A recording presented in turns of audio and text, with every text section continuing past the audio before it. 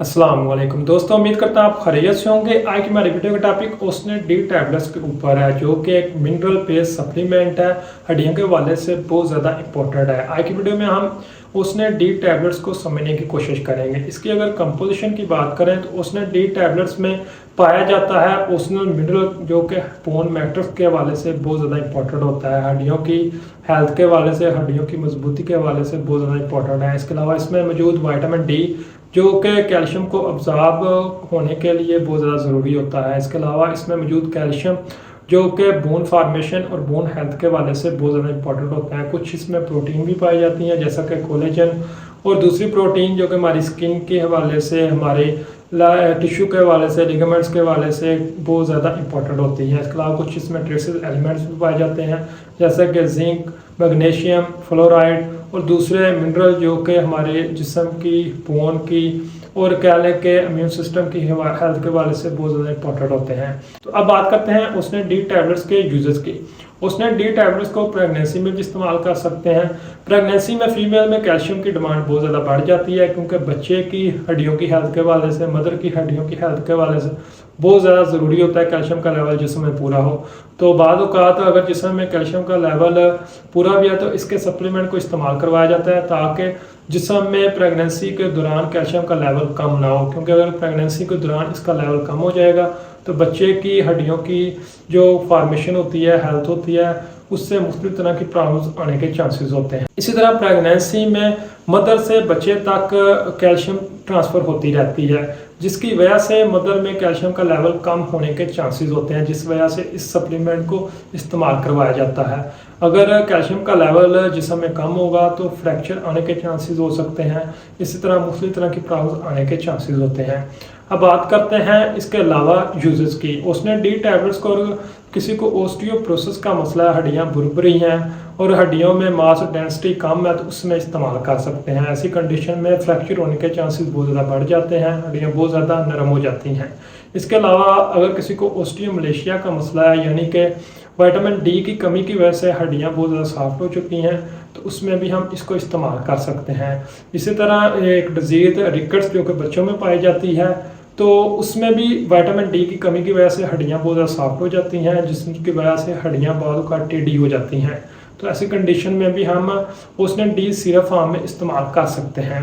इसके अलावा अगर किसी को ओस्टियोआर्थराइटिस का मसला है, जो कि जॉइंट डिजीज़ होती है, जिसकी बहुत ही कॉमन टाइप्स अर्थराइटिस है, और इसमें होता क्या है कि जो हमारे जॉइंट्स होते हैं वो वक्त के साथ साथ डैमेज होना शुरू हो जाते हैं। तो जो हमारे जॉइंट के टिश्यू होते हैं उनकी रिपेयरिंग के लिए उसने डी टैबलेट्स को हम इस्तेमाल कर सकते हैं। इसके अलावा उसने डी टैबलेट्स को, और किसी को बोन पेन वगैरह का मसला है तो उसके ट्रीटमेंट में भी इस्तेमाल किया जा सकता है। नॉर्मली जो पेन होती है वो इतनी ज़्यादा सीवियर नहीं होती, लेकिन जो बोन पेन होती है वो बहुत ज़्यादा सीवियर किस्म की होती है। मुख्तलिफ तरह के जो कम्बिनेशन होते हैं पेन किलर के साथ, उसके साथ इस तरह के सप्लीमेंट को भी इस्तेमाल करवाया जाता है। इसी तरह अगर किसी को बोन स्टिफनेस वगैरह का मसला है तो उस कंडीशन में भी हम उसने डी टैबलेट्स को इस्तेमाल कर सकते हैं। इसमें नॉर्मली होता क्या है कि अर्थराइटिस, ओस्टियोआर्थराइटिस के पेशेंट में बहुत ज़्यादा इन्फ्लामेशन होती है। सुबह के वक्त ये बहुत ज़्यादा देखने को मिलती है, लेकिन जब वो कोई एक्टिविटी करते हैं, कोई काम करते हैं, तो 1 या 2 घंटे के बाद ये दर्द कम होना शुरू हो जाती है। तो ऐसी कंडीशन में भी हम ओस्टियोआर्थराइटिस के पेशेंट में या अर्थराइटिस के पेशेंट में उसने डी टैबलेट्स को इस्तेमाल कर सकते हैं। इसके अलावा उसने डी टैबलेट्स को, अगर किसी को फटीग वगैरह का मसला है, जिसमें बहुत ज़्यादा थकावट रहती है कैल्शियम की कमी की वजह से, मिनरल की कमी की वजह से, तो उसमें भी इस्तेमाल कर सकते हैं।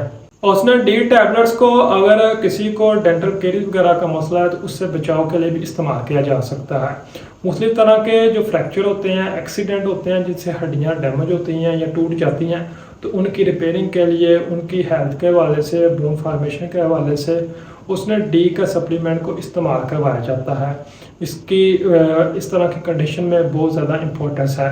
तो अब बात करते हैं उसने डी टैबलेट्स के तरीका इस्तेमाल की। उसने डी टैबलेट्स को खाना खाने से पहले भी इस्तेमाल कर सकते हैं, खाने के बाद भी इस्तेमाल कर सकते हैं, लेकिन इसमें मौजूद विटामिन डी और जिंक जो कि खाली पेट ज़्यादा इफेक्टिव होते हैं, अपना अच्छा रिजल्ट देते हैं।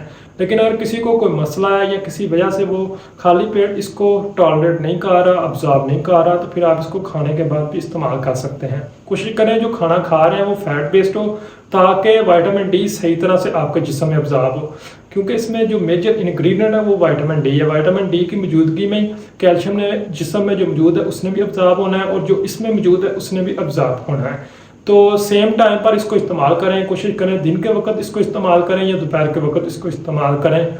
इसके साथ पानी ज़्यादा इस्तेमाल करें ताकि ये जिस्म में सही तरह से अब्जॉर्ब हो।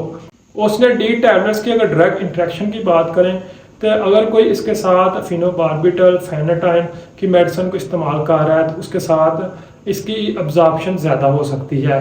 इसी तरह उसने डी टैबलेट के साथ कोलिसिस्ट्रामीन और साथ में कोई ओलिस्टेट का सप्लीमेंट इस्तेमाल कर रहा है, तो जिससे उसने डी के सप्लीमेंट की अब्जॉर्प्शन कम भी हो सकती है। इसके अगर साइड इफ़ेक्ट की बात करें तो उसने डी टैबलेट के इस्तेमाल से डायरिया, नाजिया, वोमिटिंग वगैरह हो सकती है, स्किन रैश, एलर्जी वगैरह का मसला हो सकता है। इसके ज़्यादा डोज या ज़्यादा लंबे अरसे तक इस्तेमाल के ऊपर अगर बात करें तो इसके ज़्यादा लंबे अरसे तक इस्तेमाल से विटामिन डी का लेवल बढ़ सकता है, कैल्शियम का लेवल बढ़ सकता है, जो कि जिसमें उसी तरह की कॉम्प्लिकेशन ला सकते हैं। और वीडियो पसंद आई है तो वीडियो को लाइक कीजिए, चैनल को सब्सक्राइब कीजिए। शुक्रिया।